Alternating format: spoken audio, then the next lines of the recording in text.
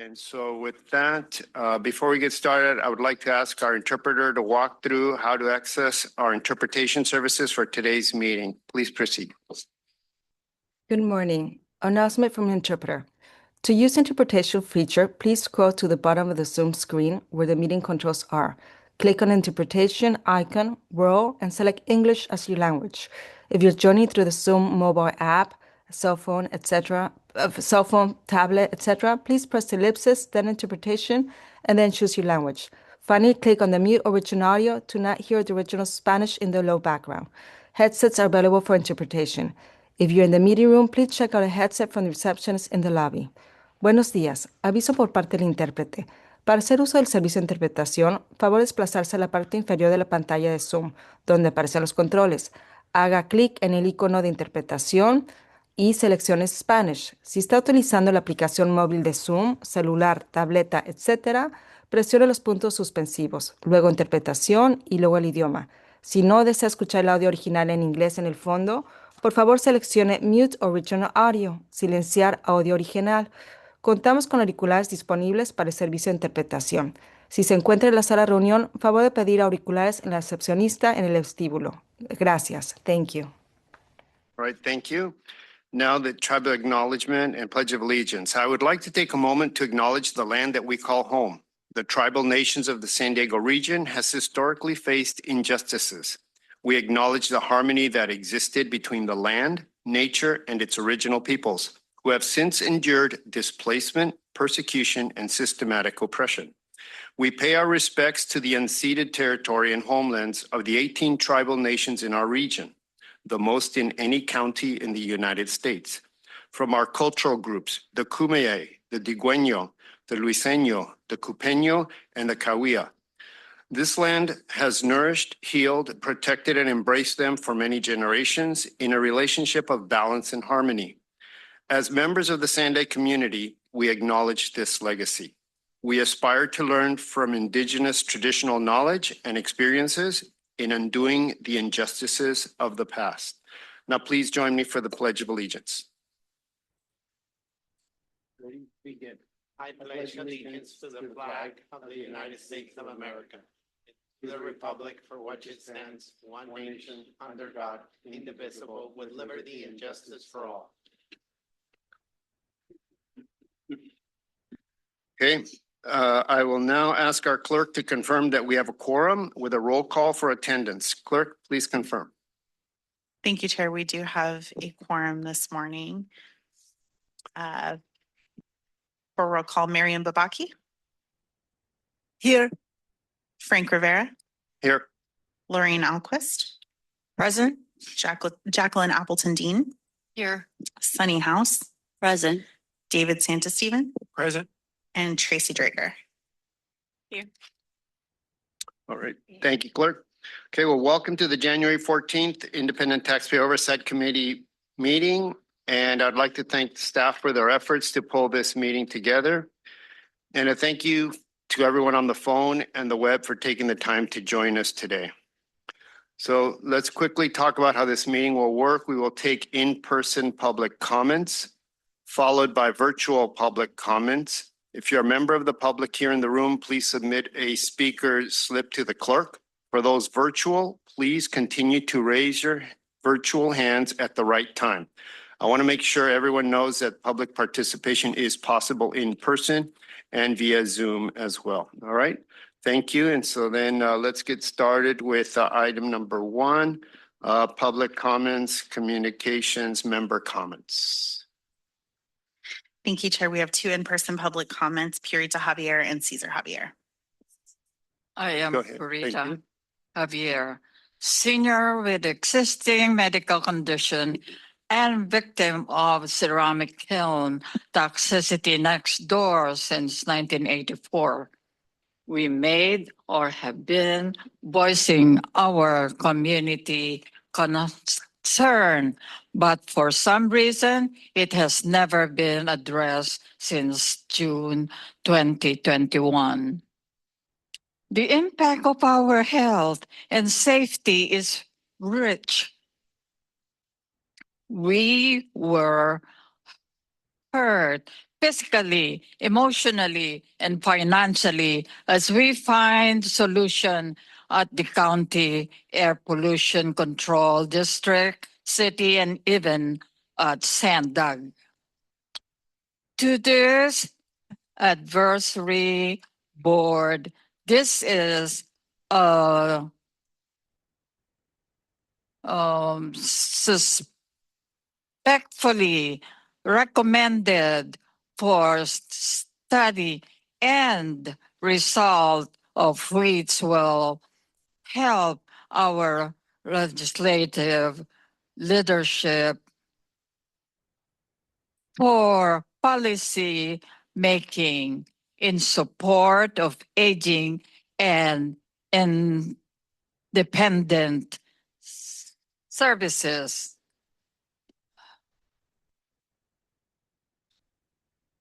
As this sick respond from local authority, it appears that the problem has only been described as pointing finger or sense. Thank you. Your time has expired. Our final speaker on this item will be Cesar Javier. Cesar, the husband. We are not here to fight you. We are not here to push you or even hurt you as lawful authority elected officials, but rather pull you. See our community situation, our community concern, which is killing us. We are hurt physically, mentally, and even financially from our community coming over to voice a legitimate concern, community sustainability, which was discussed many hours in this prestigious meeting. We want solution. We just came from the county, voicing the same concern, and hop on this venerable site where SANDAG conducts meeting, if only to find out solutions. And it's where we could see the light at the end of the tunnel, but it looks like it's dim. And so we are here by repetition, consistently begging, seeking to look into how you could help our community. District 9, west of Choyas Creek, common boundary of District 4, City of San Diego. You know, we know that the city elected official is now under a crisis to sustain what we call moral capacity in their rulemaking and implementation. We are hurt, San Diegans. You know it. It looks like it's very exemptive. Thank you. Your time Thank has you, expired. SANDAG. That concludes the public comments. We don't have any comments online? No, we do not. All right, thank you. Are there any member comments? Seeing none, then I'd like to ask SANDAG's Chief Executive Officer, Mario Orso, if he can provide us with the agency updates. Sure. Thank you and Happy New Year to all of you. I'm happy to announce that last week our new General Counsel started with us, Teddy Lowe, which is here with us. Teddy brings 25 years of legal experience. His most recent assignment was at LA Metro, working as a deputy attorney there, right? There we are. So welcome, Teddy. And I just wanted to highlight this. Audit update, we closed out 8 of the 9 2018 TransNet audit recommendations last month. We appreciate the staff for their work. We also released the fiscal year 2025 annual report that highlights the accomplishments and progress of the agency, as well as it gives you a snapshot of what it can be coming in this new fiscal year that we're working on. Some notable achievements for sure is getting the regional plan adopted and finalizing the environmental report on that. And on a final note, that's not on my notes, but I wanted to highlight that yesterday, Governor Newsom announced the appointment of the new chief deputy for Caltrans, and Corey Benz has been assigned that position. And we're very, very happy for Corey. He's a good friend, ex-district director here in District 11 San Diego, as well as deputy director in headquarters, and recently retired annuitant here with us at SANDAG. So we're really happy for Corey. And finally, our offices are going to be closed on January 19 for the Martin Luther King Jr. Day. That concludes my report. Thank you. All right. Thank you, Mario. Any comments or questions for Mario Orso? With none, thank you very much. And thank you, Mario. So now we'll move on to consent items 3.1 and 3.2. Is there any discussion or a motion to approve from our members? Well, I'll make a motion to approve the consent calendar. Rivera, is there a second? I'll second. Second by Lorraine Alquist. Thank you. And I do just want to note for the record, there are no public comments on the consent items. All right, thank you. Sorry. No worries. I did that too. For biology, environmental science, Lorraine Alquist. Approve. For contractor construction, Jacqueline Appleton Dean. Approve. For municipal public finance and budgeting, Miriam Babaki. Yes. For private sector CEO, Sunny House. Approved. For licensed civil traffic engineer, Chair Rivera. Approved. And for real estate, land economics and right of way, David Santasteven. Approved. And that motion does pass unanimously with those members present. All right, thank you very much. So now we're going to take an item out of order. We're going to go to the reports, and we will be taking item number 5 first. I apologize for the change in the agenda order. Item number 5, the TransNet Triennial Performance Audit Completion Recommendations. If we can have the staff to do the presentation, please.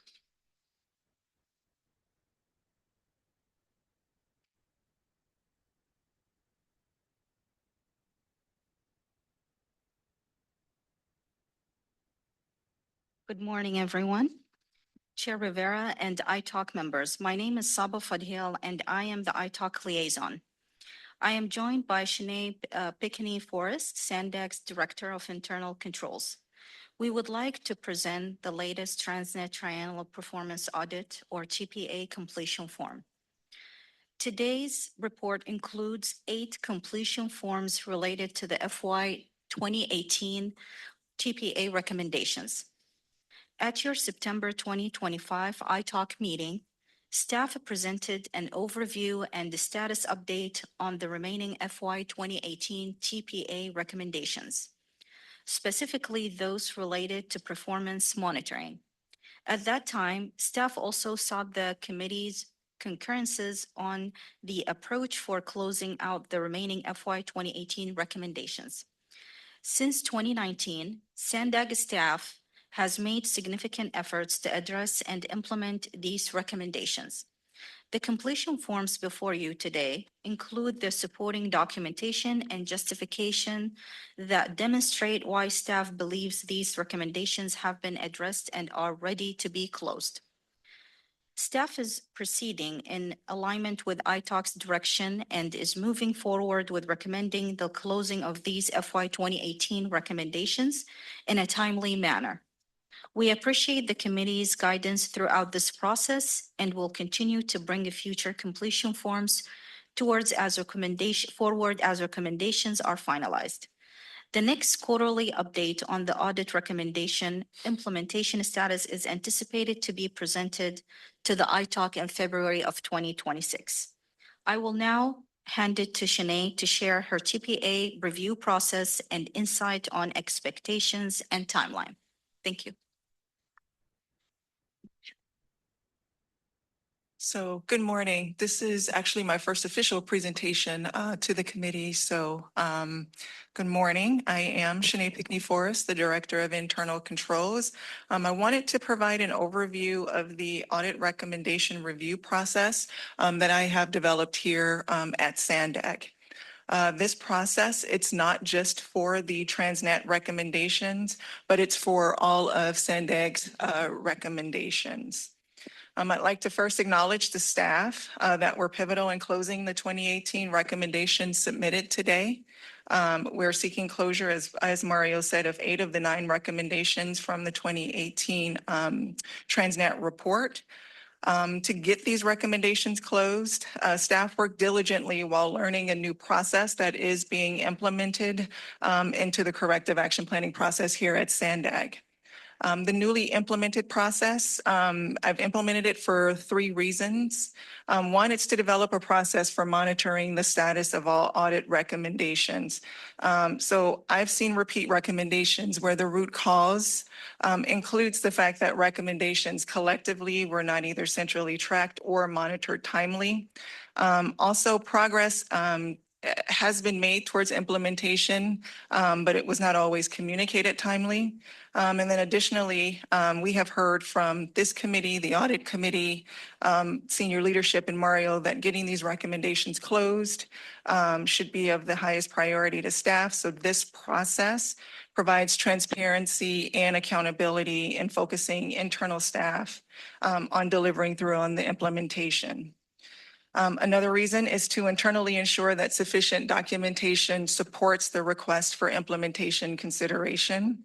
I'll go through this process in a moment, but I am requiring documentation to be submitted to me for review, and I am housing that documentation in a central location. Lastly, this process allows me, the Director of Internal Controls, to review the audits and assessments and the root causes that led to the recommendations. So this is to make sure that we are not solely checking boxes for completion, but that we are fundamentally and actively assessing our internal controls against those recommendations and internal control best practices. So the review process, it now entails the compilation of a master recommendation matrix. So this matrix, it's created to house all of the recommendations for SANDAG at large.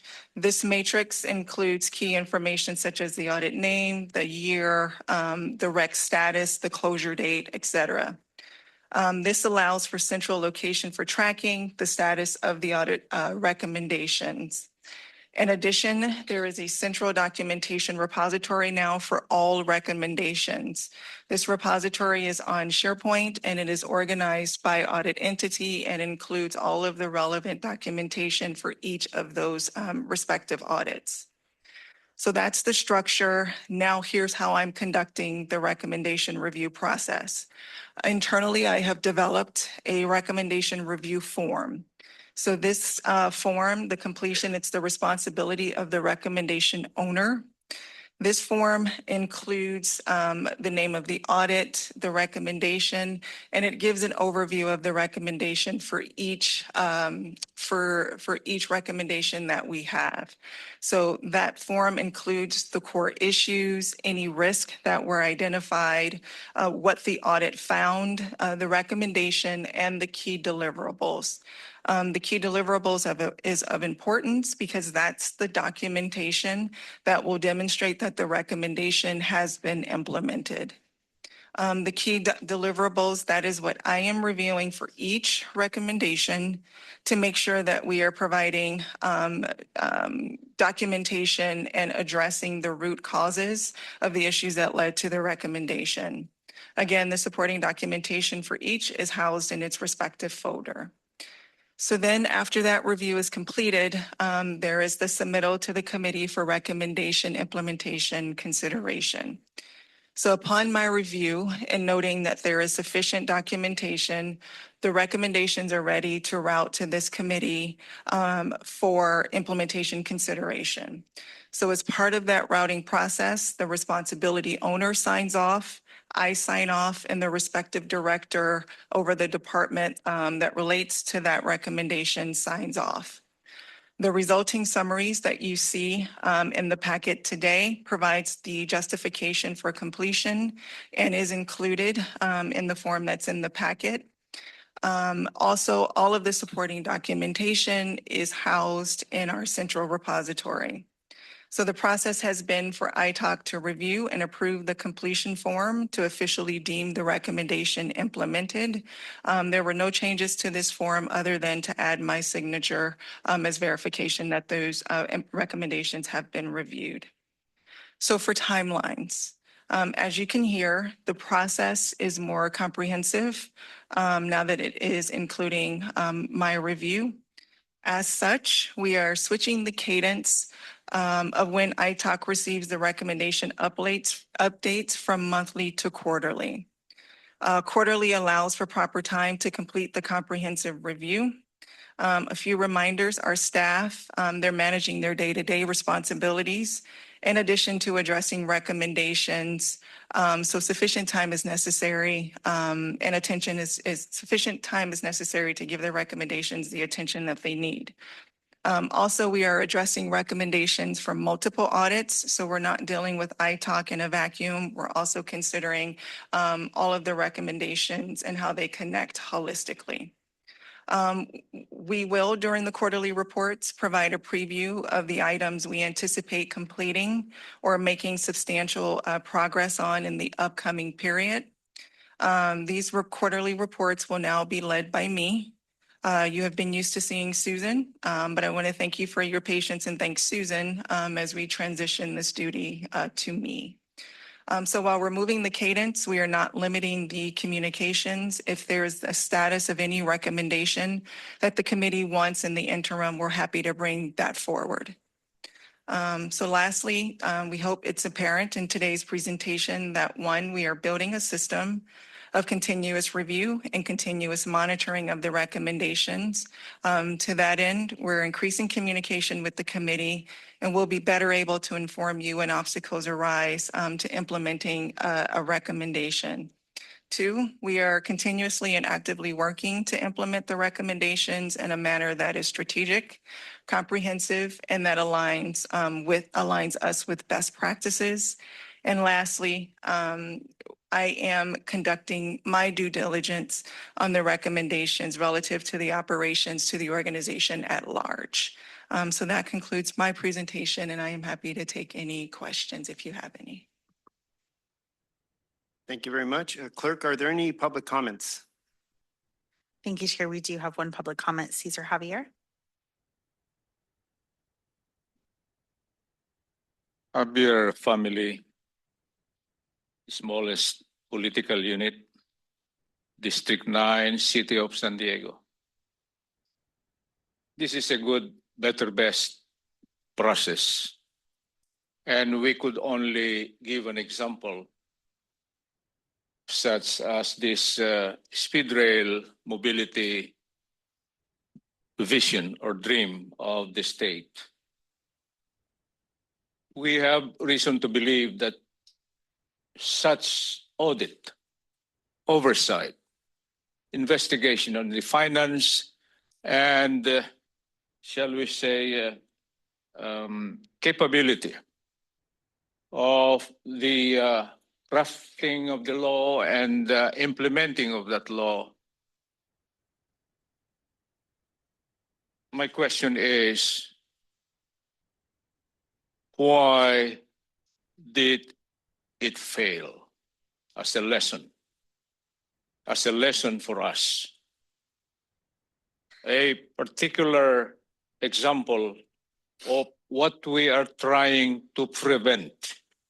I think that's the essence of my input. Thank you, SANDAG, because this particular process of auditing would only received by us in literature and in this verbal effort. We understand that we are trying our best to be transparent, And along with it, we stand accountable for this mobility and circulation communication mission. Thank you, SANDAG. Clerk, do we have any other comments? No, that concludes the public comment. Thank you. All right, thank you. If there are no further comments, then are there any member comments? I'll recognize Jacqueline. Go ahead. Good morning. Thank you for the presentation. And I appreciate all the work that's gone into this. I think you guys have done a good job over the last year that I've been here, at least, you know, finalizing some of these recommendations. I think my two comments are going through, and I'll name them, going through the recommendations 5B, 5D, and 13. I couldn't find some of the dashboards. And I think that's my main complaint issue. And the dashboards that I couldn't find are the state of the commute report and the dashboard that goes with it, which was cited on those particular recommendations, and the transit ridership dashboard. I could find the traffic safety portal and the TransNet dashboard fairly easily, a few clicks here and there. So I guess what I'm getting at is if the public wants to see any of this, it's kind of hard to navigate where these things are. And the search bar, that wasn't a help. All of our dashboards are available on SANDAG's open data portal, but we will also send you the links directly after this meeting if that will be helpful for you. Okay, and so do you think that's the best way? I mean, for the Yeah, if public, you go like to go to the, would they know to go to the data portal, I guess is what I'm saying. Any dashboard that we develop is either available on the sandag.org website if it's like comes up immediately, and then we also automatically link it to our open data portal. Okay, okay, that's all I'm saying is that I couldn't readily find it. So I appreciate that, and I appreciate me finding it, but I'm also interested in others being able to locate it easily. We'll work with our team to make sure that when searching for it, it can be that would readily be great. available. You know, if the searches, I don't know where the searches are going, but they're not, when I put in these words, they're not going there. Okay, I'll note that. Thank you. So that would be appreciated. Thanks. Thank you. Good, thank you. Any other member comments? No, go ahead, Sunny. Okay, I'm not sure if we're going to take these one by one and approve separately, but I do have a question regarding item 3A. First of all, Shanae, great job, because for years, you know, I've been on the TPA audit committee for a while, and it's been very difficult keeping track of, we had this massive spreadsheet, but it was very difficult figuring out what's done, what's not. So the system you have implemented is great. Thank you, SANDAG, for doing that. It makes it a lot easier to manage, control, and be able, and I don't know if you recall, but the last audit, the 24, was recommended to make sure we have someone like you to be able to do this. So thank you, Mario and SANDAG, for doing that and following up. There is a statement here that for transit, let's see, I'm sorry, not, it's actually 5A, not 3A, sorry. That for basically, you know, being able to follow the various compliances, there is additionally in November 25, SANDAG launched the transit ridership dashboard. So just like we get the state of commute, I would like to know, is there a plan to come to iTalk and report regularly on this dashboard or the state of transit ridership? It will still be included in the annual state of commute. However, the transit ridership dashboard is updated monthly. So that's a monthly live feed that we get from both MTS and NCTD. Okay, as long as it's reported somewhere with the state of commute, that's great. I just had not seen, since it's new. Right, the Something new, annual I had- stats, we presented the transit ridership dashboard to the Transportation Committee last month, and we're happy to bring it here to ITALK, so just so you all can see it as well. Yeah, it would be nice to have that, if transit is funding those, transit, then it's part of ITALK's purview, so it'd be nice to see that. Yeah, we actually got it from a Caltrans planning grant as well, Okay. so, yeah. Very good. Yeah. Okay, I guess the big comment is on Rule 21. And that applies to 12A and 12B. Right? Okay, yes. So I guess I don't understand how you can close an item that hasn't been resolved. So I think it might be worth walking the committee through the assessment of that one Yeah. before having further conversation. I would appreciate that, Sinead, because this has been an ongoing discussion for at least a couple of years or longer, but we have not heard back anything about the process or the progress of it. And all of a sudden we get this and there was no other attachment or information. I don't know if the members of ITALK had access, hopefully, to this Rule 21. And I'm not sure if you've reviewed it. That was not attached. So we have a lot of new members. So I just want to make sure everybody understands. So Sinead, if you can explain what that is, what the process was, and how you reached this conclusion, that would be great. Sure. So I'm pulling out my note. Hold on just a second. My assessment. Okay, here it is. Okay, so the core issue for this particular recommendation for 12A and 12B was that there was continued effort needed to ensure compliance with Board Policy 31, Rule 21. So that board policy provides guidelines for bicycle and pedestrian measures. So the recommendation had a few pieces. It was to identify changes for Board Policy 3121. It was to demonstrate proof of working with locals to determine the method of compliance with that board policy. It required demonstration of jurisdictions to track and report the use of TransNet funds. And then the recommendation also recommended SANDAG's demonstration of reviewing local projects. So as it relates to identifying changes for Board Policy 3121, there were 6 meetings between January 2023 and February 2024 that SANDAG had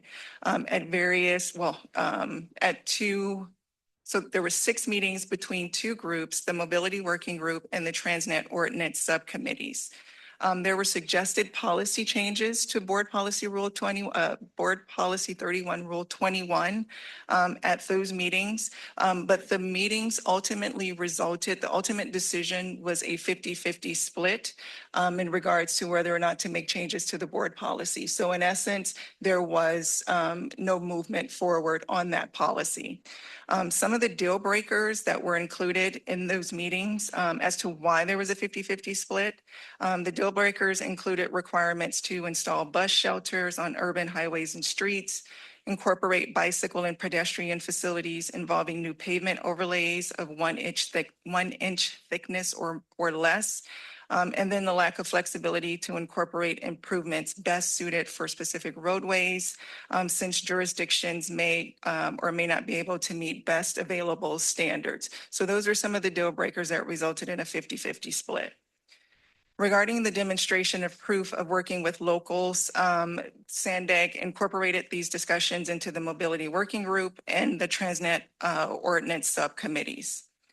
As it relates to the demonstration of jurisdictions, tracking and reporting the use of TransNet funds, there was a consensus at the September ITALK, September 2025 ITALK meeting that since each jurisdiction has their own process for tracking and reporting facilities by fund type, and there were no changes to rule the board policy, there were no additional compliance modifications for SANDAG to complete.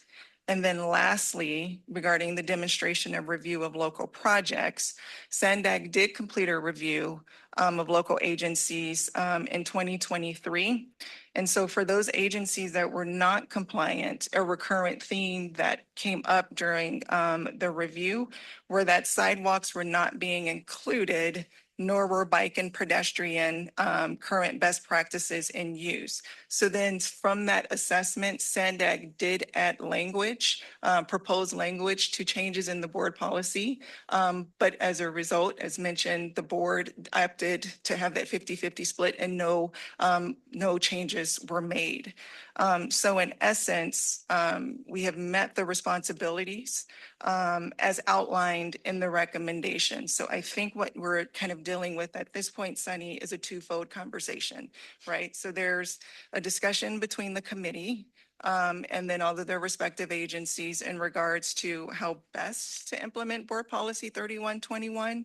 And then there is the closure of the recommendation asking for SANDAG to basically establish a system of compliance with board policy, with the board policy. As the board policy stands, we have been compliant and we have met those other conditions of the recommendation. However, the conversation regarding what to do with that policy is an ongoing conversation between the board and the entities, and the board has at its discretion to leave it on the agenda, bring that conversation up at any given point in time. So as a result, we're suggesting that this recommendation be closed because we met the root cause, we met the intent, we met the spirit of the recommendation, which was the original issue, although there are still continuous conversations that need to occur, which can occur with the recommendation closed. Let me add something here. Sinead puts it very good in words. I'll put it in more in my simplistic more words. You know, what we're saying, we've done what the recommendation told us, and let's close the door on this recommendation, but let's open the door of dialogue. And this is not just as it relates to Rule 21 on active transportation projects, but it relates to many things. Like right now, we still don't have a same way across the county of how pavement life is being evaluated, but yet we need to have a report on that. And so we're having those conversations. We're probably going to raise the conversation not from public works directors and planning directors to city managers, because sometimes they understand a little bit more the bigger picture of compliance requirements. So, you know, if we leave this open, we have done our utmost, but the cities has also pushed back and said, hey, where's our independence? How do we follow our guidelines? So I think it's opening the new chapter of how can we partner to be able to track all this and have robust guidelines or standards, right? As it relates to bike projects, you know, SANDAG is not an agency that develops guidelines, design guidelines. Those are the cities determine their design guidelines or adopt other institutions or bigger organization guidelines. And the agency should not pivot, this agency should not pivot in trying to be the holder of a design manual or those type of elements, because it's not our role, we do not have the capability to develop that, nor take the legal liability and responsibility for that. That should lie in each local entity. You know, as we are going to be pivoting, hopefully in the future, some of our active transportation projects, those that have a pure regional vision in cross city or county, cross jurisdictional element, SANDAG will get involved. But for those that are within the footprint of a specific local entity, we'll take it to a point and then either figure out a grant program or something where the cities can pursue that themselves with the assistance of the agency through funding. So, those are the points I wanted to make. I don't think we're closing the door on the conversation like Sinead. We're closing the door on the recommendation as it stands, but we're opening the door on figuring out not just Rule 21, but a whole slew of ways of how to be somewhat consistent or a way figuring out how we can come back and report different features. Like I said, the payment qualities, one of those that still pending, different entities track that differently. And as the same as how some bike projects get engaged, some cities have adopted certain standards, others have gone with more traditional standards. But SANDAG is not that one who's going to be imposing design standards to each local entity. So I appreciate that response, Mario and Sinead. I agree that Rule 21, the way it's written, one size does not fit all. We have a lot of different cities with requirements, but it is in here. However, there is a provision for exclusions to Rule 21, right? They talk about if you are going to exclude, you just have to go through that process. And part of that process, it said in here that ITALK gets to review and comment on that.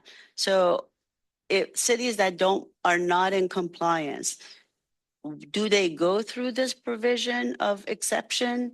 I've never seen one come to ITALK that I remember saying, okay, we're not going to put pedestrians or bus shelters here, but we would still like to get approval on this project. Are we following these exceptions? I guess I don't see what the issue is. If the exception is written in here and cities can follow that, then there's no one size fits all. If anybody chooses for a project not to comply with this rule, then there is a way to accomplish that. Has that been explored, or I think as we're reorganizing the agency, we really need to look at our talent pool. It's very easy to say, let's go and do this, but are we really tooled as an agency to do that type of oversight? And that's a process as we're moving forward. Mm-hmm. We would need to explore that, but if it's stated in the policy, we need to follow it. So Right. we need to set up the structure in the organization to bring those exclusion items, if stated in the policy. We'll have to figure that out. So I'm in agreement with you that, well, maybe you're not stating this, but how I'm understanding it is the policy by itself, it's a good policy. And therefore, what we need to work on is more than anything, implementing the existing policy Right. and not be chasing edits Exactly. to add higher and different bars. And I fully agree with you. From a staff perspective, we're going to take that holistic analysis of the policy and see which department is doing what and what are the triggers to come and talk to ITALK or any other committee. I fully agree with that. And I also agree with Sinead's point that we have exhausted the recommendations efforts, but that doesn't mean that this conversation is not continuing. Like you said, Yeah. we have it already in writing. Just figure it out how you're going to come in and report it. Yeah, I think the policy set an intent to establish some kind of a regular procedure for making sure bicycle and pedestrian facilities were considered in various projects that are transit funded. But again, not everything applies. So there are ways. So maybe just review the policy a little bit better. If the cities are more familiar with the exception rule and the process to, be able to get approval for not meeting this intent, but there are good reasons why, then maybe that's the solution. So thank you. All right, I've got a comment on that. Sonny, the way I used to work it when I was administering the CIP program for Chula Vista, and it would range from like $20 million a year to over $100 million. Decisions on projects were made on the funding source, and every funding source, and we would deal with dozens of them, have requirements. And if we were going to repave a street or do some sort of maintenance, we chose TransNet or gasoline sales tax, and gasoline sales tax was very non-restrictive. It's going to go on the street, easy. Right. TransNet, then we had the checklist. We would go through all that. If we found ourselves in a situation where we needed an exception, we would put that in our council resolution. It's a local agency decision. The public is informed that here's a project that's moving forward. We're going to award a contract. It's using TransNet funds, and we can't comply with everything that's required in Rule 21. Here's the reasons why. And it's in the staff report, and it's in the council resolution. The public has an opportunity to address the council at that time. We did have questions at times where we would reach out to SANDAG staff. We can't put sidewalks here because the subdivision was approved without sidewalks. And the residents don't want sidewalks. It's a rural or hilly neighborhood or whatever the situation was. It wasn't in our pedestrian master plan to ever put sidewalks there. But if the residents did over time reach out to the city, we want sidewalks, we were like, all right, we will form an improvement district for you. And we would do the neighborhood, and we did that in a lot of areas in the South Chula Vista, Southwest Chula Vista that didn't have sidewalks when we annexed them from the county.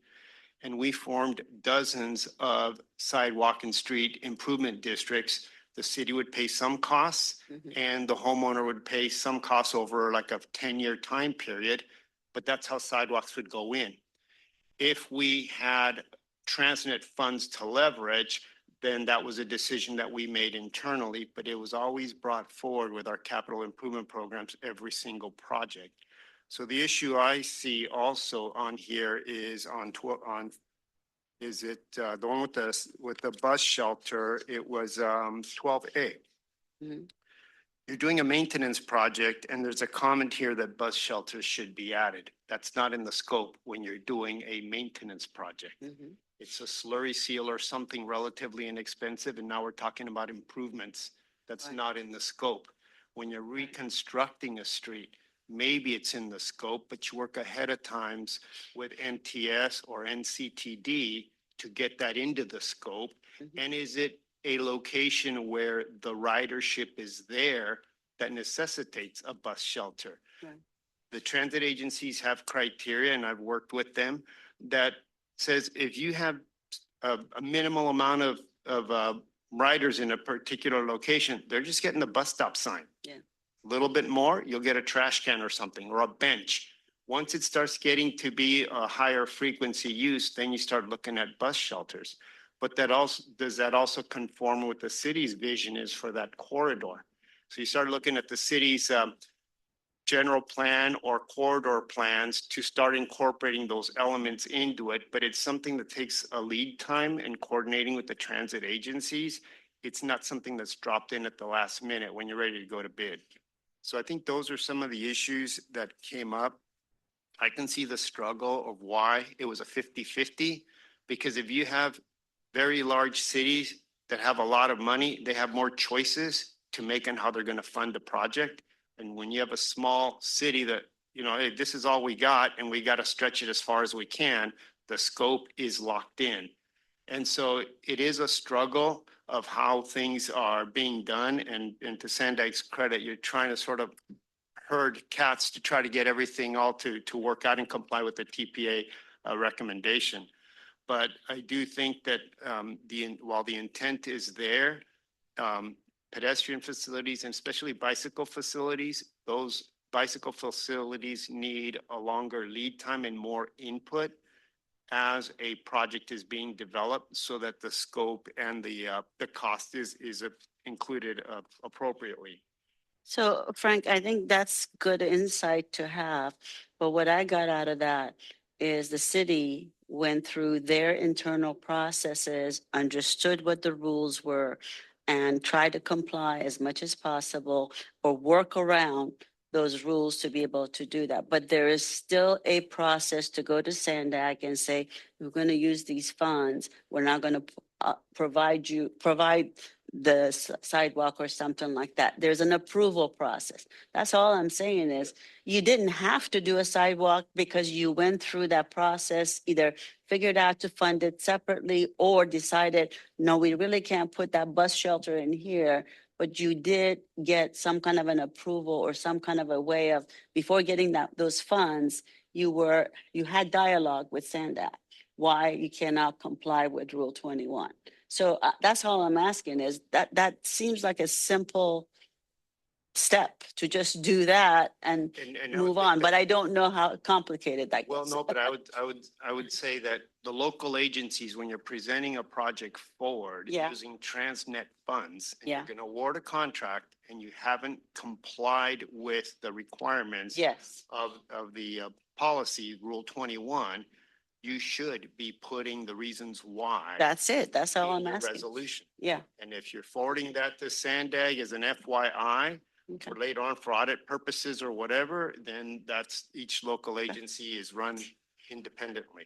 Right. So yeah, it Agree. is one of those things, but there is a lot going back and forth with all of this. Understand. And I agree that the coordinating with the general plans for the local agencies in the county, with the transit plans, with the SANDAG's regional transportation plan and all of that, and trying to get it into your CIP to sort of ultimately get there with the goals of the RTP, that's the struggle. That you constantly have to be on top of it to make sure you've scoped the project appropriately and then budgeted everything for Very it. good. All right, thank you. So do we have any other comments? And I'll go item by item just to make sure we don't have any last minute. So item 3A on the TPA, is there any remaining comments on that one? Are there any public comments? No, all right. Item 5A, we talked about that one a little bit. There's a typo on the first block up on top.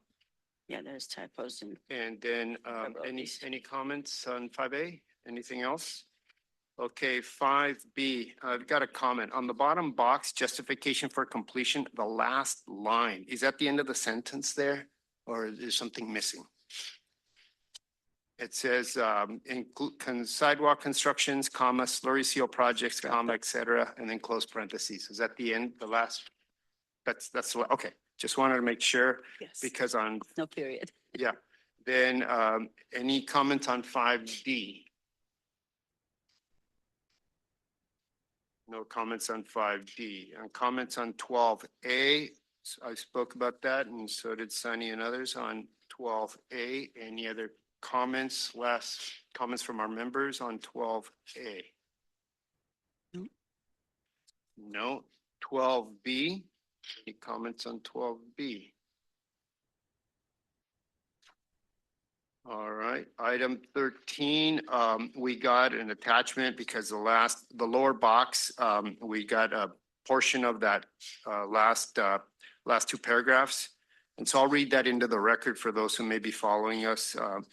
Says, lastly, comma, the SANDAG 2025 coordinated plan provides a unified regional strategy for transportation services to the region's most sensitive population groups, comma, including older adults, comma, people with disabilities, comma, and people with limited means, period. Last sentence. These reports, comma, dashboards, comma, and surveys as a collective provide access to the data that provide insight to commute routes, comma, services provided, comma, and performance, period. That's the end of item 13. So does anybody have any questions or comments on that one? No. And then the last item before us is item 23. Any comments or questions on item 23? No? Okay, so with that, if, is there any, motion from any of the members? I move to approve To approve all 8 of them? all 8 of them. Okay, so is there a second on that motion? I second. Okay, so the motion has been made by member Sunny and seconded by member Miriam. And as Thank you part of for- the discussion, if I Discussion? can, I just want to really congratulate SANDAG staff on this. This is really a great accomplishment. It's been sitting there and it's, hopefully, you know, when you get a lot of good work, make sure you get the publicity. So, and I hope you all, you know, do that because this is wonderful. I went through it, how nicely it was organized, it was responded to, and it's done. Congratulations. It's Thank great. you. That's a very important thing that we do at iTalk is to make sure we're following up with the TPA completion forms. Okay, with that, the vote, please. Thank you. For biology environmental, Lorraine Alquist. Approve. For contractor construction, Jacqueline Appleton Dean. Approve. For public finance and budgeting, Mariam Babaki. Yes. For private sector CEO, Sunny House. Approved. For licensed civil traffic engineer, Chair Rivera. Approved. For real estate land acquisition, David Santos-Stephen. And that motion passes unanimously. All right, thank you very much. So now with that, we're going to go back to item number 4 that we skipped. Thank you, Mario. Appointment of subcommittee members for TransNet Triennial Performance Audit. So with that, we've got Saba, and then can you give the presentation? Okay. Good morning, iTalk members. Today, we would like to discuss the appointment of new members to the subcommittee for the TransNet Triennial Performance Audit. This subcommittee has historically had 3 dedicated members. Our immediate goal is to find and appoint iTalk members for this task. The subcommittee helps determine which items the auditor will focus on for the FY 2027 TransNet TPA, as well as review audit recommendations and bring any specific TPA items to iTalk for discussion. The audit review project delivery, cost control, schedule adherence, and related activities.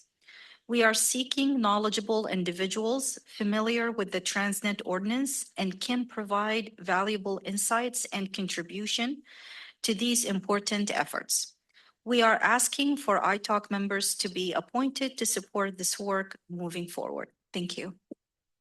All right, and Saba, could you roughly just give an idea of the time commitments, maybe the frequency of the meeting, just so our members understand what they may be volunteering for?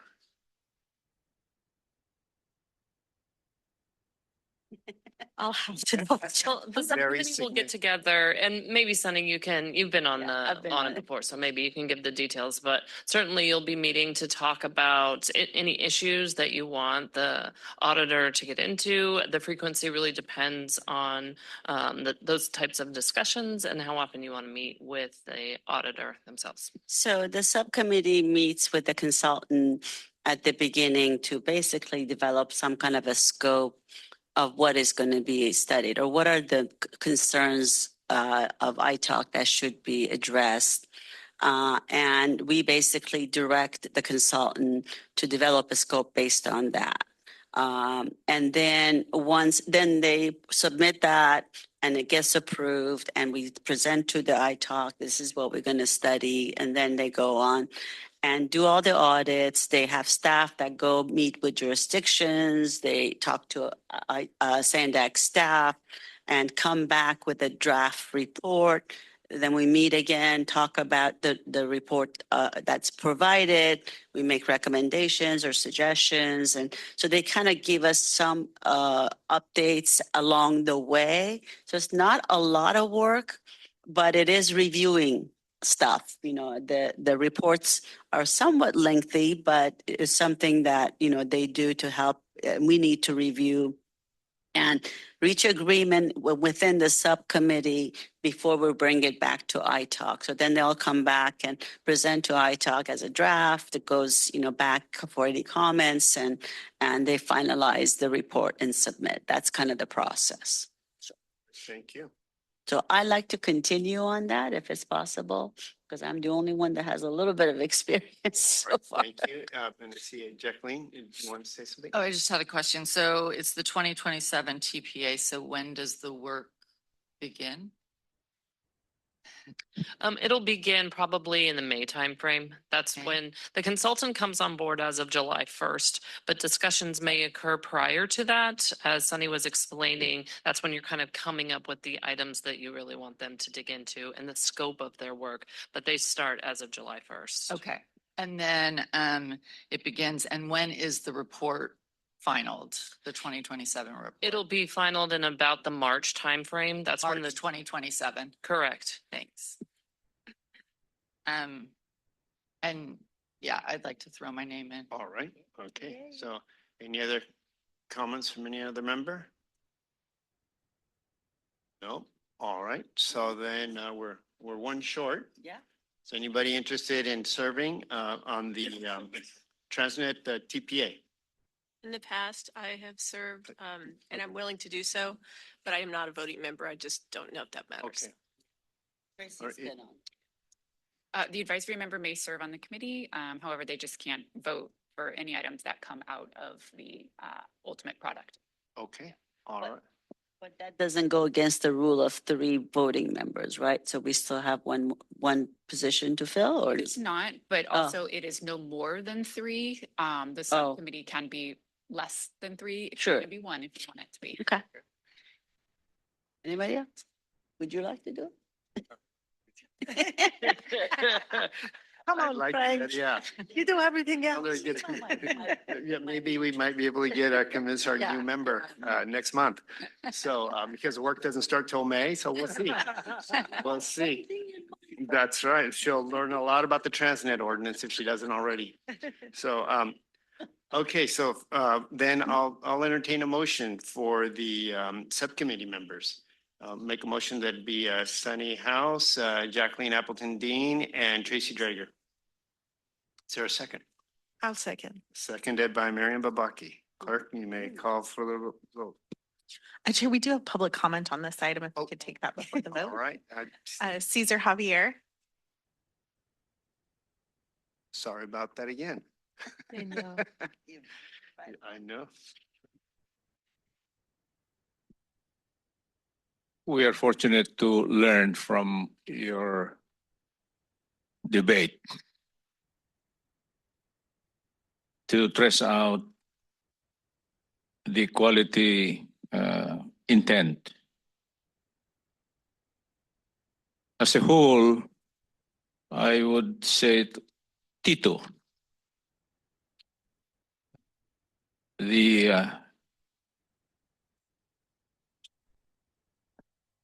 performance audit or oversight committee. And now we are trying to assign committee members for the triennial performance audit. I presume that financial integrity and performance are encapsulated in this oversight committee. Who are qualified amongst the member to perform the dirty job from the existing members of our oversight committee? That's what we understand. Are we not going also to get from outsiders of this oversight committee to ensure that there is a kind of treatment plant to produce the expected result, which are the indicators for that financial integrity and quality of product, transit product, mobility circulation product, as what we now being benefited. That's our point as a learner. Can we not get outsiders to fill in the muscle? Thank you. Your time has expired. That concludes the public comments. All right, thank you for your comments. So, and then, let's see. We already, member comments, we've got a motion. And so then, let's, clerk call for the vote. Thank you, Chair. For Biology Environmental, Lorraine Alquist. Approve. For Contractor Construction, Jacqueline Appleton Dean. Approve. For Municipal Public Finance and Budgeting, Marion Babaki. Yes. For our Private Sector CEO, Sunny House. Approved. For Licensed Civil Traffic Engineer, Frank Rivera. Approved. For Real Estate Right-of-Way Acquisition, David Santa-Steven. Approved. And that motion passes unanimously. All right, thank you. So now, item 6, the TransNet proposed 2026 bond issuance refunding overview. Dawn? Hi, thank you very much. So today I'm here to talk about a proposed issuance of bonds that is an refunding of existing bonds that were issued with TransNet revenues as the pledge to repay the bonds. Our 2016 A bonds were issued with a 10-year par call date, meaning this year, 2026 is our opportunity to pursue the transaction. So start with a brief introduction of the team. So in addition to the SANDAG staff listed on this slide, we have our financial advisor, PFM. Our bond counsel is from Norton Rose Fulbright. Stradling, Yoka Carlson, and Roth LLP is serving as our disclosure counsel. And our underwriting team is led by senior underwriter Wells Fargo, along with Bank of America, Barclays, and Hilltop Securities serving as co-managers on the transaction.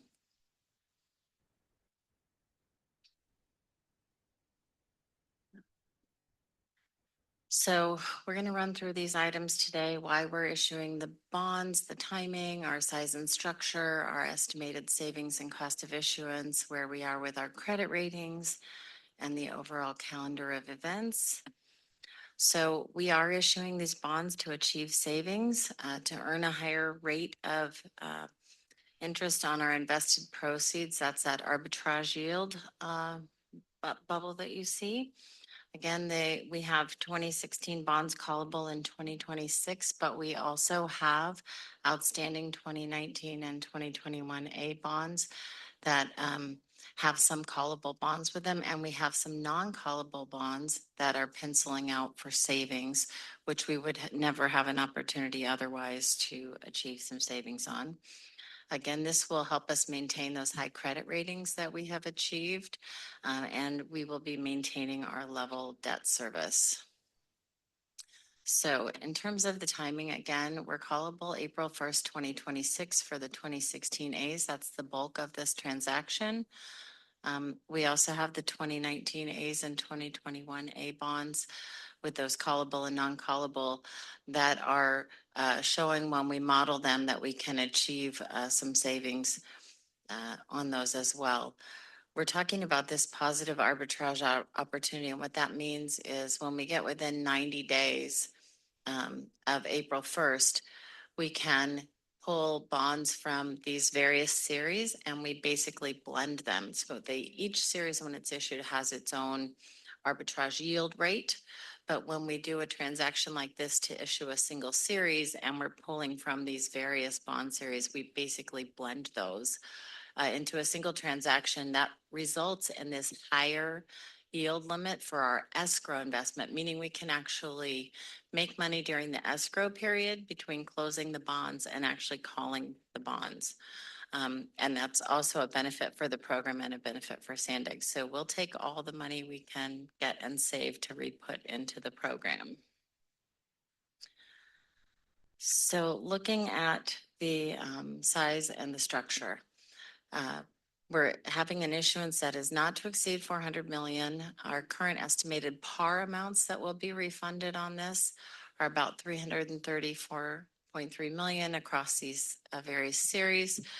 But what we do is we continue to monitor all the way until the pricing date, what the municipal market rates are doing, what the structure for couponing and other things mean to assure that we're meeting the intent of board policy 36, and that we are not going to have savings on any of the series or the maturities that we're planning to refund.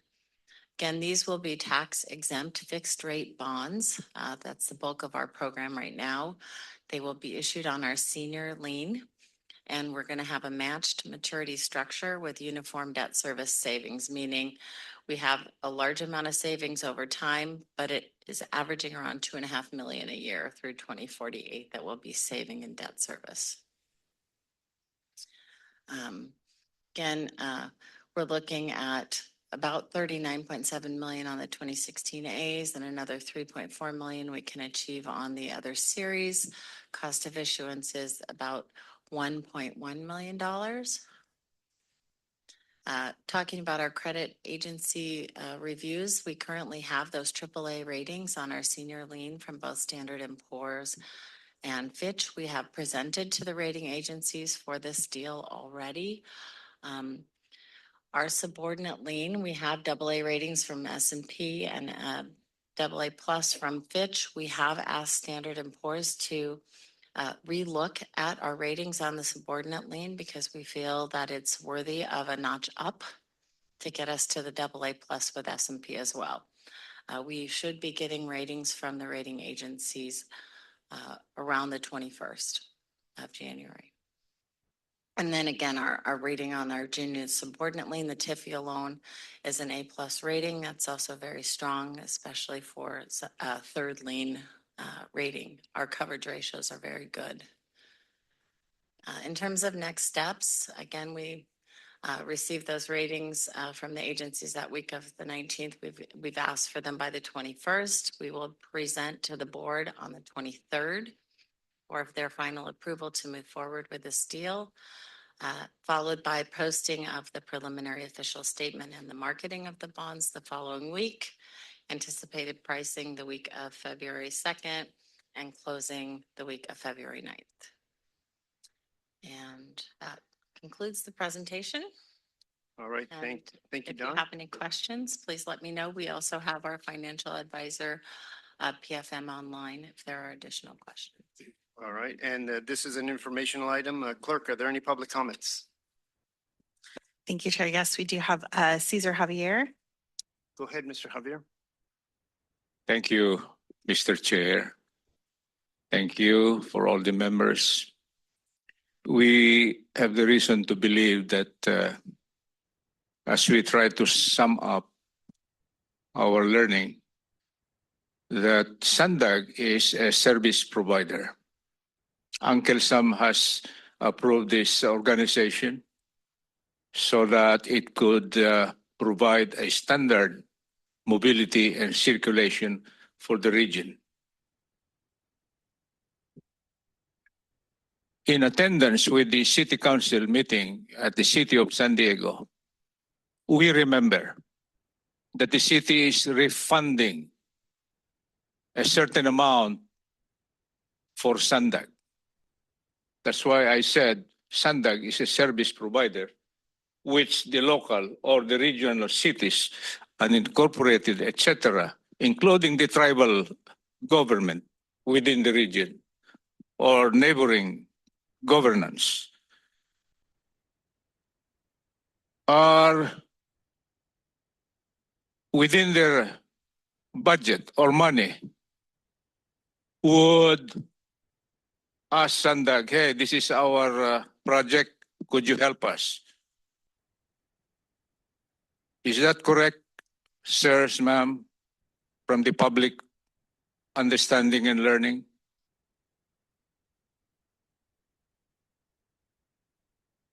We try to relate from our observation the standard and the substandard we experience in our city, particularly District 9, based on the quality, based on the financial integrity that we have been discussing.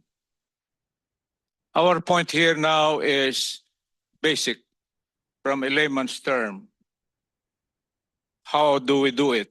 The quality product, financial and performance, quality.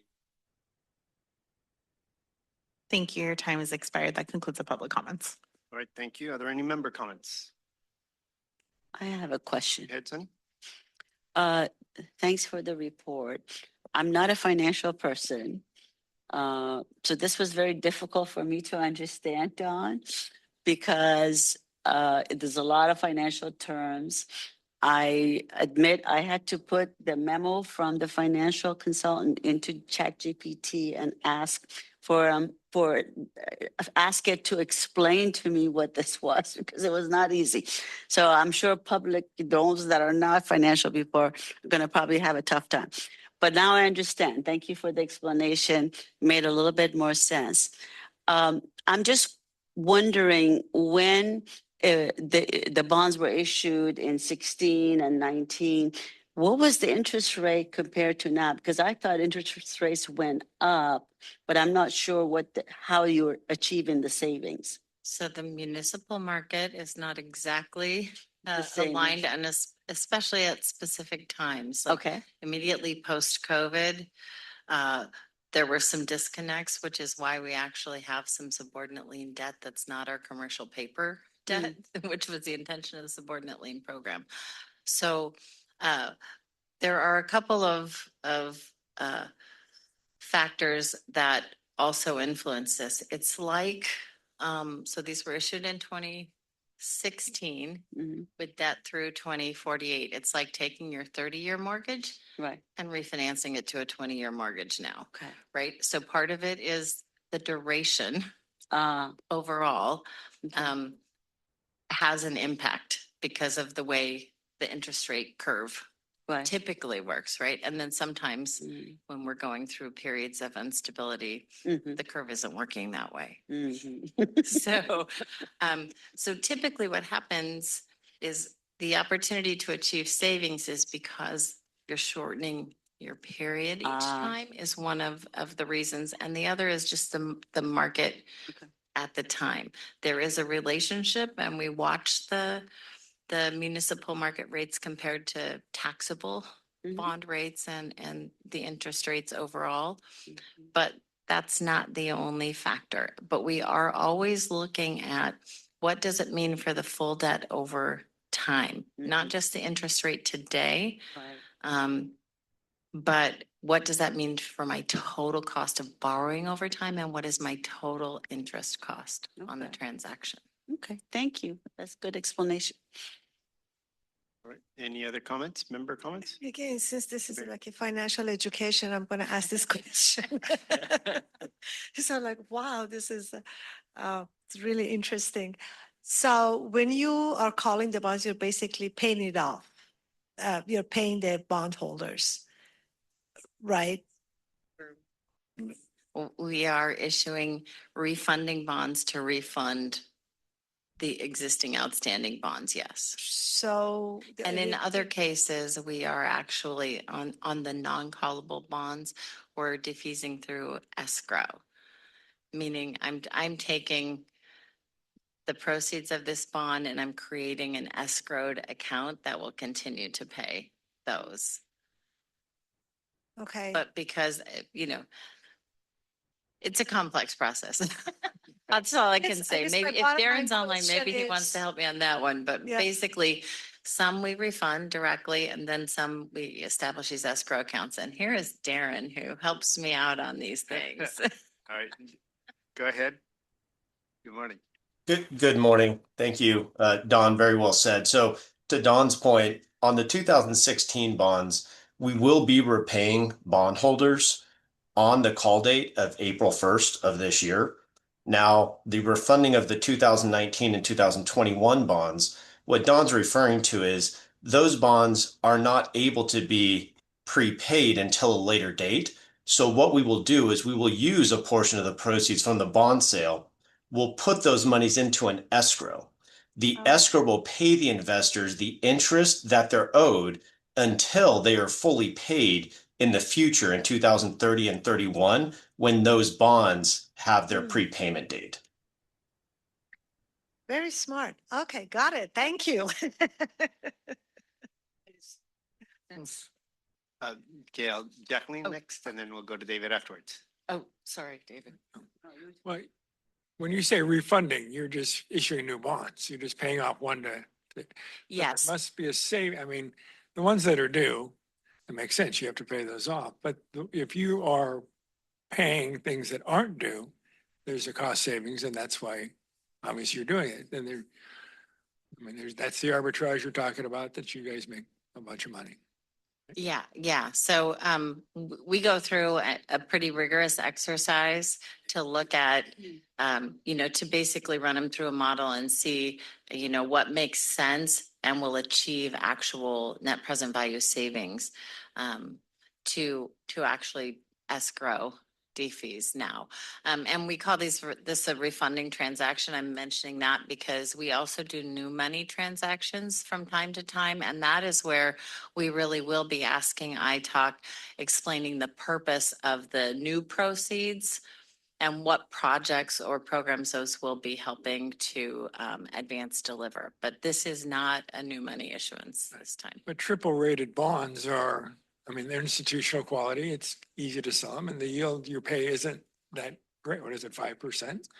I think typically our bonds have a 5% coupon, most of them, but we also monitor that and look for investor demand and what investors are looking for at any particular time. All right, Jacqueline? So you said this transaction will take place April 1st, but then you also said something about you'd be watching. And so the actual pricing for this transaction will take place the week of February 2nd. So I think the Monday is a pre-pricing date with a scheduled pricing date of the Tuesday of that week, at which time we would secure pricing for the bonds. Then all the closing documents follow. And then that money will be in escrow, earning interest at high blended yield until the call date. Okay. I guess you said something in your presentation that led me to believe that if something changed between now and then, which doesn't seem like there's very much time for anything to change that drastically. Yeah. So what the board will authorize me to do is actually, complete the pricing and the sale. They will, but I cannot include bonds on that pricing date. So they'll approve on the 23rd. But if something changes between the 23rd and the pricing date, and I have just savings on a maturity that we identified or some other factor happens, then I will not be refunding any bonds that have changed in, significantantly in that perspective. Right. And I guess my question was more like, what's the significant, how significant? Darren maybe can help me on this. We are not seeing a lot of instability at all in the market. Okay. It would have to be between the 23rd and the 2nd, we have another shutdown for COVID or something, and we go, pause, hold on, let's look at what things are doing. Okay. That was the question, is what kind of volatility, but you guys aren't really expecting that. Okay. No, it's been pretty stable since we started this transaction. Okay, Sunny? I just have one more question. It seems like from what I've heard from my financial advisor, when the stock market is really doing well, the bond market is not doing as well. Is that the reason why the savings you're achieving, because you're not paying as much out in interest or something like that? Maybe how does that compare to typical bond markets versus municipal bond markets, or that relationship? Yeah, I would say typically what we see in the fixed income markets is that there's something called a flight to quality. And so when there's instability on a domestic, global perspective, investors want certainty, and fixed income, particularly high-grade securities like SANDAG's bonds, are a vehicle for that security and that stability. So that, combined with some of the actions that we're seeing from the Fed, have resulted in interest rates lowering over the past 6 months. And so right now what we're seeing is very strong demand from investors. One of the aspects that we've also seen that we're trying to take advantage of here is that investors receive on their existing investments principal and interest payments at the beginning of certain months. And so when that comes up, they need to reinvest those funds. And so to Don's point, we're targeting a pricing on February 3rd because we're trying to take advantage of that money that investors will have to increase the amount of demand for our bonds. So there's all these different factors that we take into account and put together into a strategic plan of finance. Thank you. That sounds very complicated, but it's good. I'm glad you're on the job. Any other member comments? No? All right. If there are no further comments, then thank you, Don, and thank you, Darren.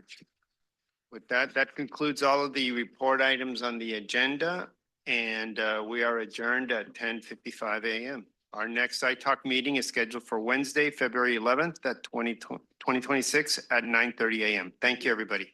Thank you.